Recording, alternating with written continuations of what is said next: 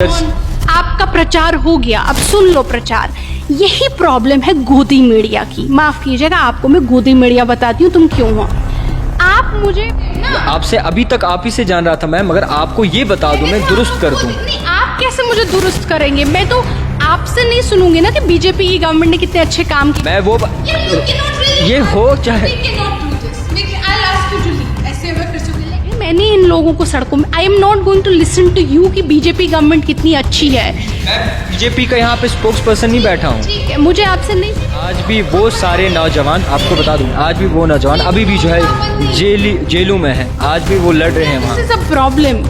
देखिए आप बात सुनिए, आपके दौर में यह PSA लाया गया था, क्या ज़रूरत थी PSA की? इफ़कान जो है वो बनाया गया था, क्या ज़रूरत थी उसकी? एक सवाल ना, पूरा टाइम सुबह से लेके अभी तक कंटिन्यूअसली बात कर रही हूँ, अपना फेफड़ा मेरा गला सूख गया सुबह से बातें करते। नहीं, ये क्या हो गया? आपने तो फिर भी कम्युनिस्टों की बात कर रही हैं, मगर वही तो आपने लाया भी, आपने आप हटाने की, वही बता रहा हूँ ना मैं। आज वो नौजवान अभी भी कुछ ये बताया जा रहा है कि वो जेलों में है, और STF को यहाँ पे लाया गया कश्मीर को क्रैश करने के लिए। आपकी दौरे 10 साल हमने इनको तनख्वाह रखी थी, वही तनख्वाह आज भी इनको मिल रही है। नहीं, आज नहीं मिलती, आज 6,500 मिलती है। आपको बता दूं, आज 6,500 मिलती है। और उस वक्त में, आप पहले पूरी बात सुनिए, उस वक्त में 1300, 700, 600, 500 देख कर आया हूँ, कैजुअल लेबर से बात करके आया हूँ, डेली वेजर से बात करके आया हूँ। और आपकी दौरे हुकूमत में अगर आज किसी से सवाल हम पूछते हैं ना मैम रूलिंग पार्टी से, तो वो कहते हैं कि जनाब पिछली सरकारों ने इन्हें चोर दरवाजे से लाया था। आप बीच में पिस्ता कौन है? वो एक गरीब शख्स, वो गरीब आवाम, वो आज जो है सड़कों पे। से सवाल ये रहेगा, अब जो है शायद जम्मू कश्मीर में जल्द ही इलेक्शंस हों, क्योंकि हदबंदी की जो ज़राए की रिपोर्ट है वो भी आ चुकी है। और अगर इलेक्शंस होता है, क्या PhD एक साथ नज़र आएगा या फिर NC अलग से जो है इलेक्शंस में हिस्सा?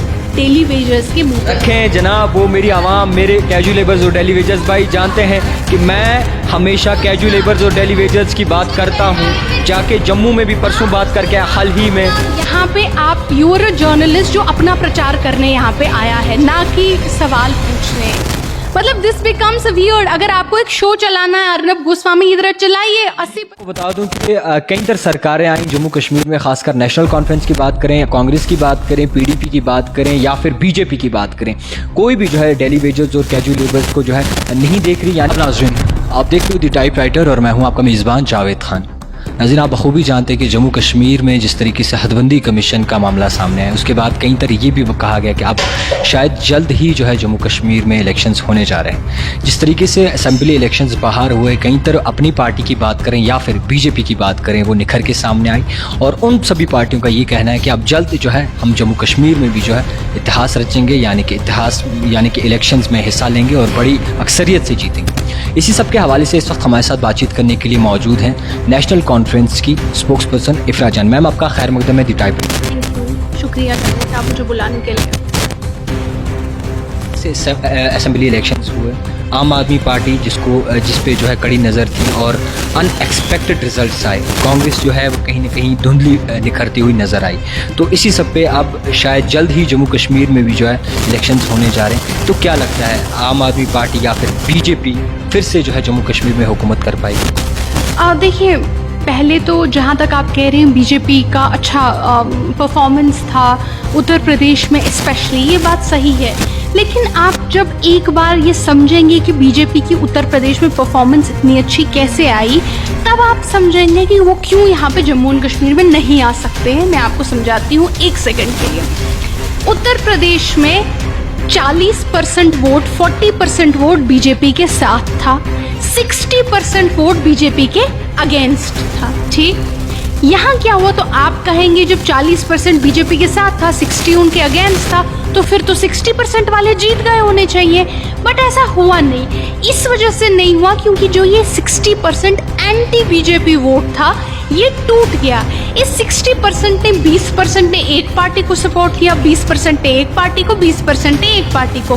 तो BJP के आ गए 40%, बाकी 3 पार्टियों के आ गए 20% and BJP turned out to be the winner, क्योंकि BJP का अपना वोट जो है वो कंसोलिडेट हो गया। BJP की जो स्ट्रैटेजी जम्मू एंड कश्मीर में है, ये बिल्कुल यही स्ट्रैटेजी इनकी अपने लेवल पे रहेगी। इनकी स्ट्रैटेजी रहेगी कि जम्मू में जी हम लोगों को पिछले 2014 के इलेक्शंस में कुछ 4 डिस्ट्रिक्टों ने वोट किया था, तो वो 4 डिस्ट्रिक्ट हम लोगों को करीबन यही 15-18 सीटें दे देंगे। उसके बाद जो कश्मीर में इनकी बी टीम और सी टीम है, उससे ये 2-4 इधर 2-4 उधर ले लेंगे और ऐसे तैसे ये मिला के गठबंधन सरकार बना लेंगे। और ये क्या करेंगे, ये फिर दिखाएंगे, देखो जी हमने वहाँ का चीफ मिनिस्टर बनाया, देखो जी डंडोरा पीटेंगे। ये इनका प्लान है। और इनका प्लान ये भी है कि जब एक तरह से ये अगर इन्होंने इस तरह से सरकार बनाई, वहाँ पे वोट कंसोलिडेट करके कश्मीर में वोट तोड़ के, जैसा ये करते हैं, तोड़ने की कोशिश करते हैं, तो उससे क्या होगा, ये असेंबली में एक रेजोल्यूशन पास करेंगे, यहाँ की असेंबली में, कि हम लोगों के नुमाइंदे हैं और यहाँ के लोगों के नुमाइंदे बन के हम लोग कहते हैं कि जो आर्टिकल 370 टूटा, बहुत अच्छा हुआ, हम इस आर्टिकल 370 टूटने के साथ हैं। इससे ये होगा कि यही resolution supreme court of India जाएगा और सुप्रीम कोर्ट उठा के हमारा केस बिल्कुल इस तरह डस्टबिन में फेंक देगा, क्योंकि जब यहाँ के नुमाइंदे उठेंगे और कहेंगे हमको चाहिए ही नहीं, तो केस ही नहीं है। लेकिन मैं आपको यकीन दिला देती हूँ कि जम्मू और कश्मीर की आवाम जो है वो इतनी नादान और बेवकूफ़ नहीं है। जम्मू छोड़िए, कश्मीर छोड़िए, जम्मू के लोग भी आज उनको वोट नहीं देंगे। हमने देखा है कि इन्होंने जम्मू में कौन सी तबाही मचाई है, वहाँ भी इकोनॉमिक, वहाँ कितनी बेरोजगारी है, वहाँ लोग भूख से अंदर से मर रहे हैं बहुत सारे, यहाँ पे भी बिल्कुल वही हाल है। आज जम्मू के लोग जिनको इतनी उम्मीदें थी बीजेपी से, बीजेपी ने उनकी जो दुख थे, उनकी जो पीड़ा थी, उनकी जो दर्द था, उसको इस हद तक एक्सप्लॉइट किया। कश्मीर के लोग जो हैं वो भी ये चीज़ समझ गए हैं कि वो अपना वोट जो है इसको स्कैटर होने नहीं देंगे। उत्तर प्रदेश में जिस तरह से हुआ, वो बिल्कुल जैसे एक ही पॉलिटिकल पार्टी को वोट करेंगे, एक अपना वोट स्कैटर होने नहीं देंगे, वो गलतियां नहीं करेंगे जो उत्तर प्रदेश में एंटी बीजेपी लोगों ने की। और मैं एक पॉइंट बोलना चाहती हूँ जावेद साहब, अक्सर हम लोगों को गुमान होता है कि हम बहुत अक्लमंद हैं, हम बहुत चालाक हैं, हम बहुत समझदार हैं, और हमारे जो बुजुर्ग थे वो बेवकूफ़ थे। हमारे बुजुर्ग जब हज़ारों की तादाद में वोट देने निकलते थे और सिर्फ एक आदमी शेख मोहम्मद अब्दुल्ला साहब उनको वोट देते थे, वो बेवकूफ़ नहीं थे। उन्हीं हमारे बुजुर्गों ने 70 साल तक बीजेपी को जम्मू और कश्मीर में एक भी सीट नहीं लेनी थी। उन्हीं बुजुर्गों ने 70 साल तक जम्मू और कश्मीर का एक भी इंच ज़मीन बाहर नहीं जाने दिया। वो बुजुर्ग जो थे वो कुछ समझते थे। जब वो शेर कश्मीर के साथ सारे खड़े होते थे, उनको कुछ बात समझ आती थी जो हम लोगों को समझ नहीं आई। जिस दिन हम निकले, हम 110 लोगों ने 10 पार्टियों को वोट देना शुरू किया, हम बट गए, हम डिवाइड हो गए। उस दिन क्या हुआ? उस दिन हम लोगों ने देखा यहाँ बीजेपी भी आई, यहाँ आर्टिकल 370 भी टूट गया। बीजेपी को आज 8 साल हुकूमत में भी हो गए। यहाँ की जमहूरी लोगों के पास वोट नहीं है, उनको वोट करने नहीं दे रहे हैं। गवर्नर राज चला रहा है अपना। तो हम देख रहे हैं कि आज ज़मीन हमारी सेल पे है, इक़्तिदार हमारा सेल पे है, हमारी इस टाइम की जो रियलिटी है, हमारी जो शख्सियत है, हमारा जो वजूद है, वो आज सेल पे है। मैम आपसे सवाल ये रहेगा, अब जो है शायद जम्मू कश्मीर में जल्द ही इलेक्शंस हों, क्योंकि हदबंदी की जो ज़राए की रिपोर्ट है वो भी आ चुकी है। और अगर इलेक्शंस होता है, क्या पीएचडी एक साथ नज़र आएगा या फिर एनसी अलग से जो है इलेक्शंस में हिस्सा लेगा? देखिए, मैं नेशनल कॉन्फ्रेंस की स्पोक्स पर्सन हूँ। पॉलिसी जो है पार्टी की वो मैं डिसाइड नहीं करती हूँ। पॉलिसी जो है वो ऑब्वियसली पार्टी डिसाइड करती है और सभी डिसाइड करेंगे। एक बार जब ये डिसाइड हो जाएगा कि किस तरह से इलेक्शन लड़ा जाएगा, उस दिन दे विल मुझे कन्वे किया जाएगा और एज ए स्पोक्स पर्सन मैं आपको कन्वे कर दूंगी। अभी तक इसके बारे में कोई बातचीत ऐसी नहीं हुई कि पीएचडी एक साथ नज़र आएगी, क्योंकि पीएचडी की बात करें काफ़ी तरह दावे भी नज़र आते हैं और मेन मुद्दा मंशूर जो है उनका है आर्टिकल 370 वापस लाना। तो अगर इलेक्शन आते थे क्या ये बिखर जाएगी? तो अगर आपका कहना है कि अभी तक हमें इस बारे में इल्म नहीं है, तो आपके पार्टी का एक बुनियादी रुकन है इस बारे में जो है इल्म रखना ज़रूरी है और पता भी होनी चाहिए पॉलिसी। नहीं, पहली बात तो this will, I do not know if it has, आप कह रहे हैं कि डिसाइड नहीं हुआ है, मुझे नहीं पता। ये डिसाइड मे बी हो भी गया होगा, मे बी पीएचडी मिलती है उन्होंने चूज़ भी कर लिया होगा, मे बी यहाँ पे वर्किंग कमेटी की मीटिंग्स हुई थी, ये डिसाइड हो भी गया होगा। आई am not aware, may be हुआ है नहीं हुआ है। उसको स्पोक्स पर्सन है, आपको पता होना चाहिए। Once this is conveyed to the media, once we are told to send it across to the media, we will tell you। ऐसा नहीं है कि मुझे पता नहीं है, मैं सो रही हूँ। एक बार हमें ये सेंट्रलाइज सिस्टम है, प्रोफेशनल सिस्टम है, एक बार हमें कन्वे कर दिया जाएगा to go out to the media and come up with a response, I will be the first one to come up with the response, but let the party decide, no, let national conference के उमर अब्दुल्ला से जब ये सवाल पूछा गया तो उन्होंने धमाल में ये बताया कि ये PhD से ये पूछे कि आप किस तरीके के जो है इलेक्शंस में हिस्सा लें। तो दिस इज व्हाट उमर साहब has said, as I told you, this is, वो भी उन्होंने अभी आपको इसलिए नहीं बोला है because this is not clear yet, at least this is not clear to me, the spokesperson does not know about it, not because I am sleeping और I am not doing my duties, simply because it has not been officially conveyed to me. Once it's conveyed to me, I will tell you guys. एक और सवाल रहेगा आपसे, क्या अगर आने वाले वक्त में इलेक्शंस होते हैं, क्या नेशनल कॉन्फ्रेंस पे वो लोग भरोसा कर पाएंगे, जम्मू कश्मीर की आवाम जो है भरोसा कर पाएगी? देखिए, इस टाइम पे नेशनल कॉन्फ्रेंस जो है, इस टाइम पे देखिए, पहले तो इलेक्शंस का बिल्कुल बजा नहीं है, जिस दिन बजेगा उस दिन लोग आपको जवाब दे देंगे।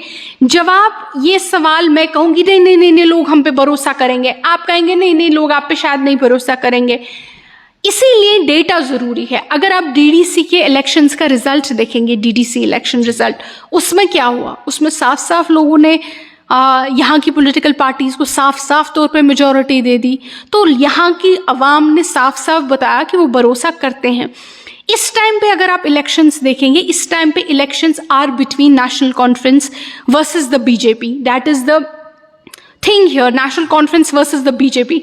अगर यहाँ पे बीजेपी को कोई रोक सकता है, अगर यहाँ पे बीजेपी को कोई काट सकता है, वो नेशनल कॉन्फ्रेंस है। आपको बेशक शायद हम लोगों को आपस में इख्तिलाफात रहे होंगे, नाराज़गियाँ रही होंगी, मैं नहीं कहती हूँ कि हमको आपस में कोई नाराज़गी नहीं है, बट इस टाइम पे ज़रूरी क्या है, इस टाइम पे ज़रूरी है हर चीज़ पे, छोटी छोटी चीज़ों बात पे हमसे लड़ाई करना, या इस टाइम पे चीज़ है कि हम सभी लोगों को ऐसे हाथ जुट मिला के बीजेपी को बाहर रखना। इस टाइम पे ज़रूरत है, जो हमारा मुकद्दर है, जो आने वाला वक्त है, जो हमारे बच्चों की जनरेशन है, उनकी ज़मीन बचेगी क्या? कहीं हमारे जिस तरह हम देख रहे हैं, कहीं हमारे बच्चों के घरों पे बुलडोज़र तो नहीं चलाएंगे जिस तरह हम देखते हैं दुनिया में बहुत सारे मुल्कों में होता है। आपके दौर में भी मैं बता दूं आपको कि आपके, देखिए आप बात सुनिए, आपके दौर में जो है PSA लाया गया था, क्या ज़रूरत थी PSA की? इफ़कान जो है वो बनाया गया था, क्या ज़रूरत थी उसकी? एक सवाल कीजिए, I will respond to it, ठीक है? PSA लाने की, जहाँ तक प्रिवेंटिव डिटेंशन एक्ट की बात आती है, हर मुल्क इस टाइम पे, चाहे अमेरिका हो चाहे यूरोप हो, हर मुल्क में प्रिवेंटिव डिटेंशन एक्ट रहता है, लेकिन डिफरेंस बस ये होता है उसको सिर्फ उस टाइम पे इस्तेमाल करना है जब आपको एक्चुअली खदशा है कि ये इंसान कुछ फ्रॉड करने निकला है, या ये इंसान कुछ, मतलब अब मुझे खदशा है, मैंने किसी के हाथ में ग्रेनेड देखा, अभी इसने ये ग्रेनेड मारा नहीं है, मैं इसको किस बात पे अरेस्ट करूँगी कि देयर इज़ अ पॉसिबिलिटी कि ये इंसान जो है ये ग्रेनेड मारेगा, छोटे बच्चे मर जाएंगे स्कूल के बाहर, उस टाइम पे लॉ एंड ऑर्डर के लिए इस्तेमाल करना होता है। लेकिन जब हमने देखा कि अक्सर ये इस चीज़ के लिए लाया गया था, लेकिन जब, और ये लॉ जो है ये अमेरिका में भी है, ये यूरोप में भी है, जहाँ सिविल लिबर्टीज़ को इतना रखा जाता है, उसके बावजूद हमारा, अगर आप मैनिफेस्टो पढ़ेंगे, अनफॉर्चुनेट है कि लोग मैनिफेस्टो नहीं पढ़े हैं। 2014 में हम लोगों ने we put this in our manifesto कि जो ही हमारी सरकार आएगी हम लोग स्टेट से इस PSA को हटाएंगे। ये नेशनल कॉन्फ्रेंस का मैनिफेस्टो लाया। तो आपने आज भी वो सारे नौजवान, आपको बता दूं, आज भी वो नौजवान अभी भी जो है जेलों में हैं, आज भी वो लड़ रहे हैं वहाँ। This is a problem. PSA में आपको ज़्यादा से ज़्यादा जो है 6 मंथ्स, 6 महीने तक आपको ज़्यादा से ज़्यादा जेल में बिना किसी के, ये ऐसे नहीं करो ना। PSA में आपको ज़्यादा से ज़्यादा 6 महीने जेल में रखा जा सकता है। उसके बावजूद अगर आप जेल में हो, इसका मतलब है कि पुलिस के पास एक्चुअली आपके पास एक चार्जशीट है, एक केस है जिसमें आपने कुछ किया है, टेरर रिलेटेड इंसिडेंट्स, और उस पर आपका केस चल रहा है।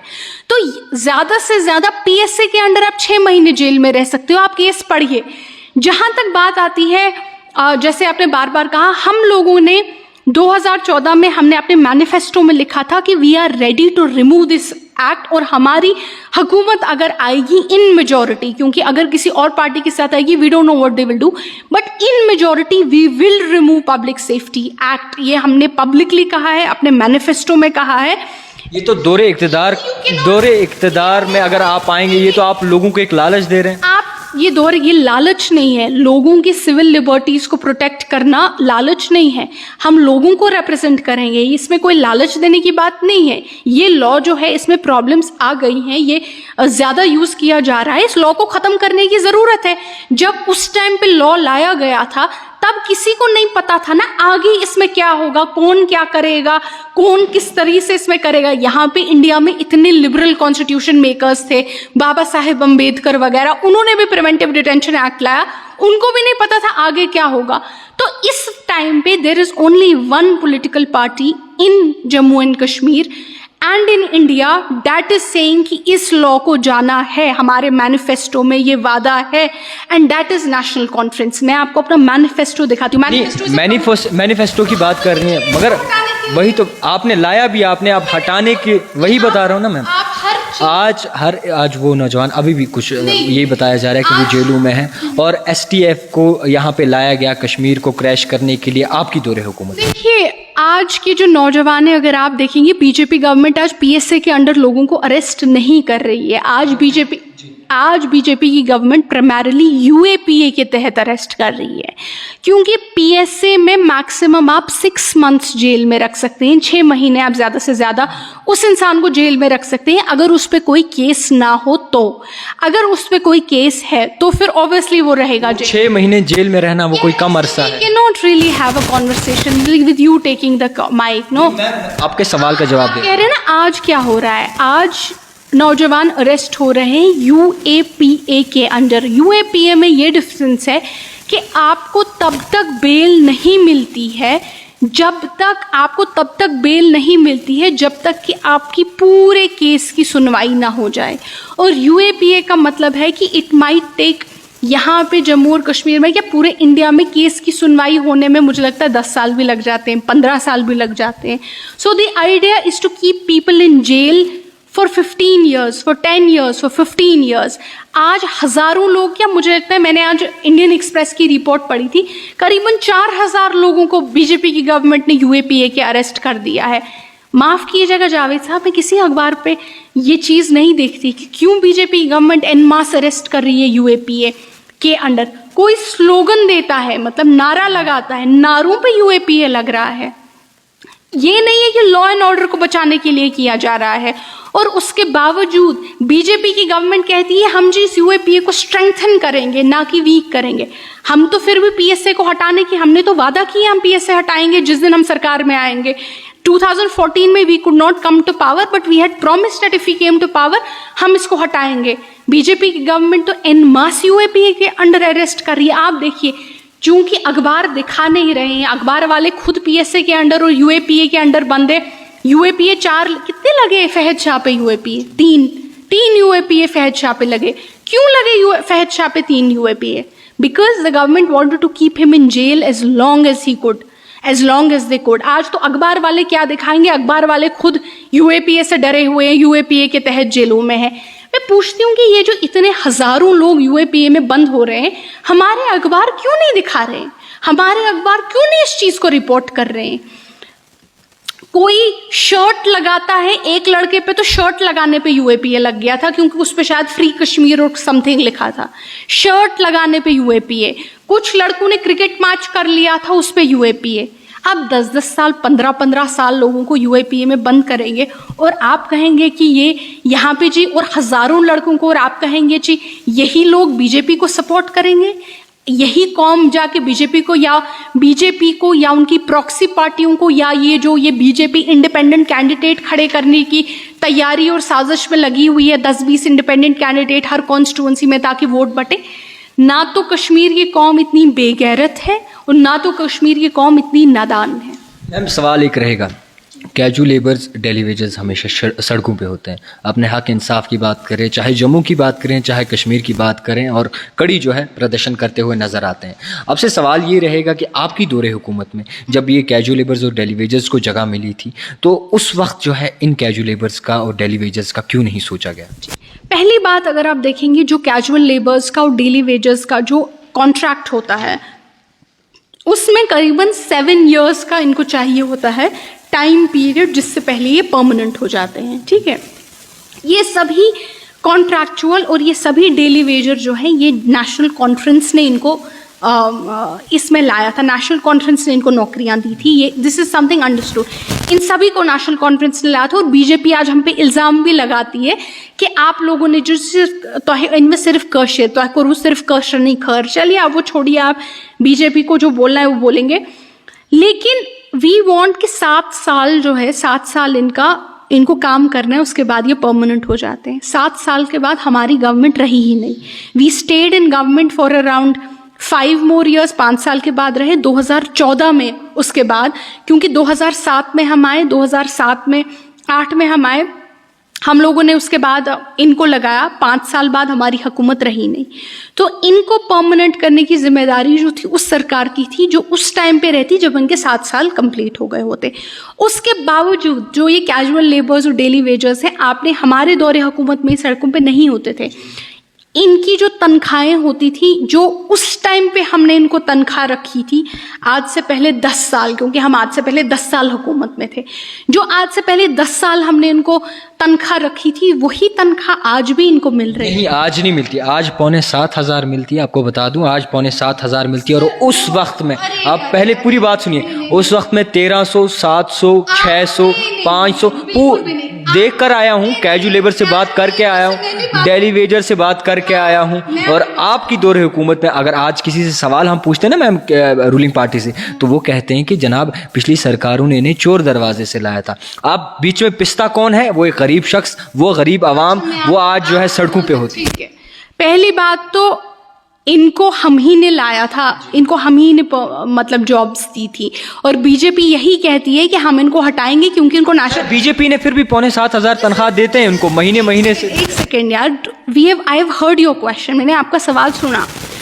आप फिशरीज के कैजुअल लेबरर्स से बात कर दीजिए, उनको 7 months से सैलरी नहीं मिली है।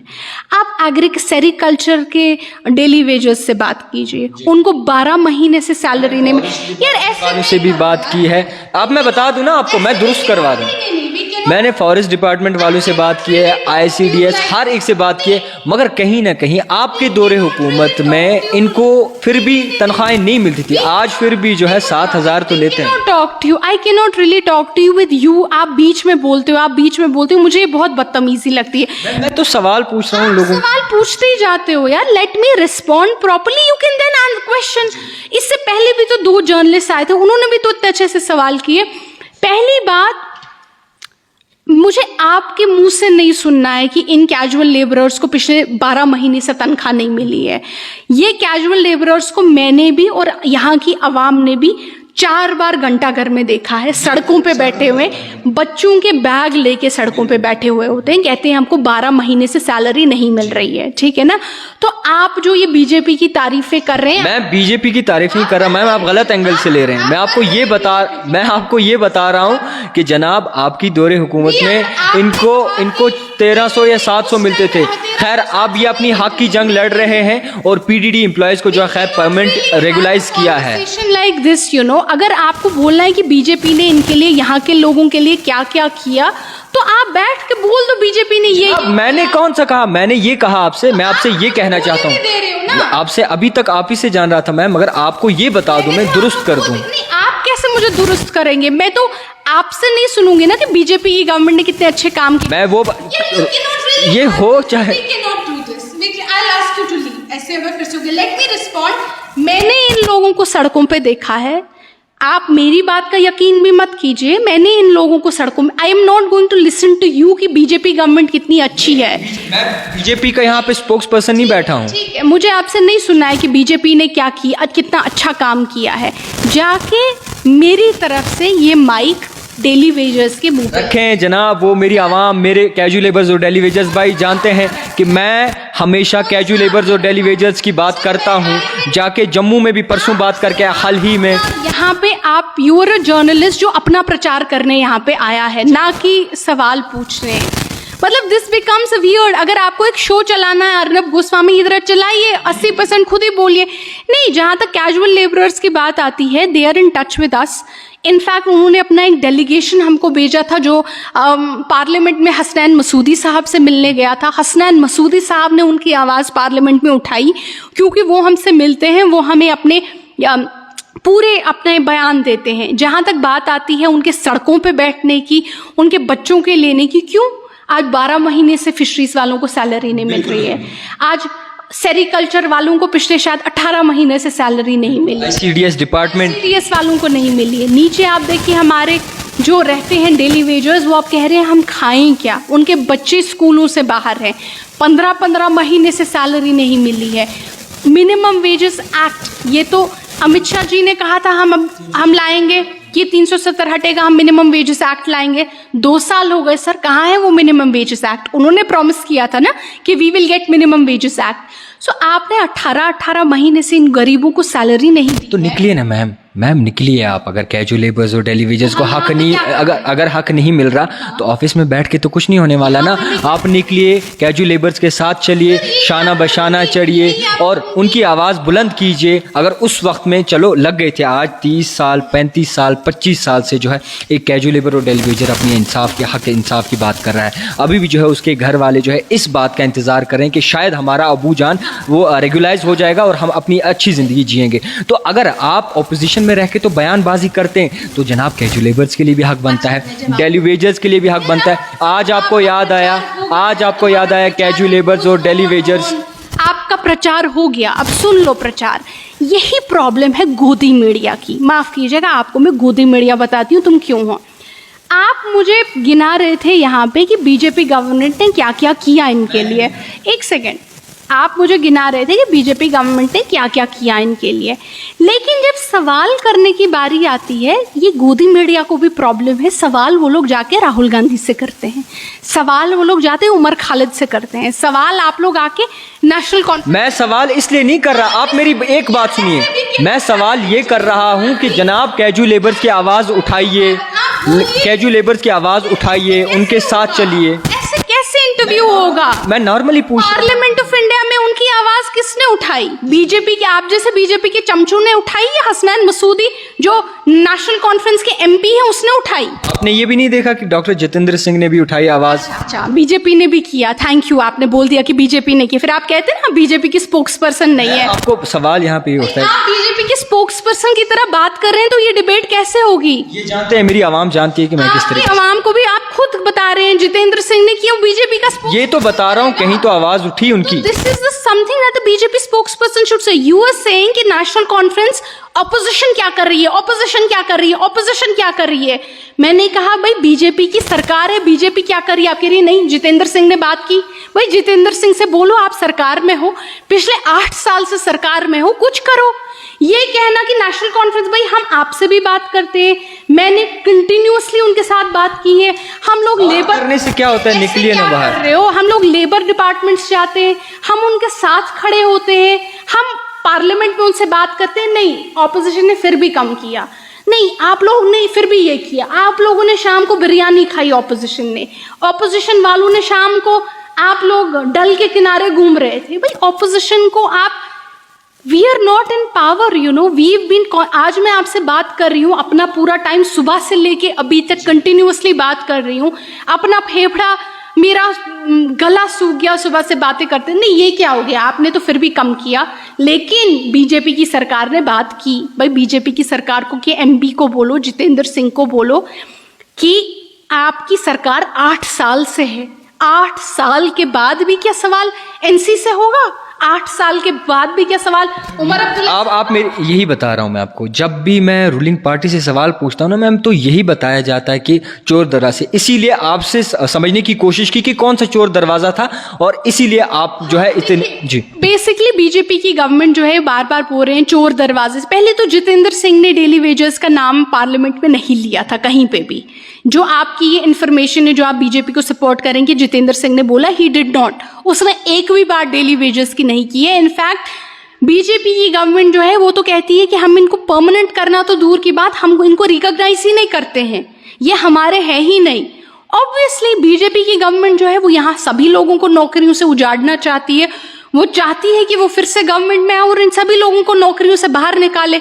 इतने सारे लोगों के रोज टर्मिनेशन ऑर्डर आते हैं, डेली वेजेस को भी बाहर निकालेंगे। This is all a part of that process. And instead of saying कि आपकी ऑपोजिशन ने जोर से बात क्यों नहीं की, आपने एक ही इंटरव्यू आज दिन में क्यों दिया, आपने 4 क्यों नहीं दिए, आप उधर इंटरव्यू देने क्यों नहीं गए, आपने घंटाघर पे इंटरव्यू क्यों नहीं दिया। भाई हम ऑपोजिशन है, हमारा काम है बोलना, हमारा काम है आवाज उठाना, हमारा काम है शोर मचाना, हमारा काम है पार्लियामेंट में बात करना जो हमारे ने की। हमारा काम नहीं है कि और this is all that an opposition can do. Media में बात करना, सोशल मीडिया में बात करना, लोगों को जागरूक करना, उनको इंफॉर्मेशन देना, this is what opposition does. और ऑपोजिशन क्या कर सकती है? अगर आपको चाहते हैं कि ऑपोजिशन जो है ये चीजें जो ये बोल रहे हैं ये इंप्लीमेंट करे, तो उसके लिए इलेक्शंस होते हैं और लोग जो है उस ऑपोजिशन को चुनते हैं। अगर आप चाहते हैं डेली वेजेस परमानेंट हो जाए और उनको मिनिमम वेजेस मिल जाए, तो नेशनल कॉन्फ्रेंस डेली वेजेस के साथ खड़ी है। अगर आप चाहते हैं कि जो ये डेली वेजेस है इनको नौकरियों से बाहर निकाला जाए, तो आप बीजेपी के साथ खड़े हो जाएंगे, क्योंकि बीजेपी बार बार इनको रिकॉग्नाइज ही नहीं करती है। बीजेपी कहती है we don't recognise them. So it is for the electorate, it is for the people to decide कि वो किस साइड की बात जो है उनको पसंद है और वो किस साइड से जाना चाहेंगे। खैर आपको बता दूं कि कई तरह सरकारें आई जम्मू कश्मीर में, खासकर नेशनल कॉन्फ्रेंस की बात करें, कांग्रेस की बात करें, पीडीपी की बात करें या फिर बीजेपी की बात करें, कोई भी जो है डेली वेजेस और कैजुअल लेबर्स को जो है नहीं देख रही, यानी कि नज़रअंदाज ही कर रही है। खैर आपको बता दें क्या कुछ नया निकल के सामने आता है, सियासत किस ओर जाती है और कौन सा जो है पड़ाव पे सियासत पहुँचती है, हर एक खबर आप तक पहुँचाने की पूरी कोशिश करेंगे। आप देखते रहिए द टाइपराइटर जावेद खान के साथ।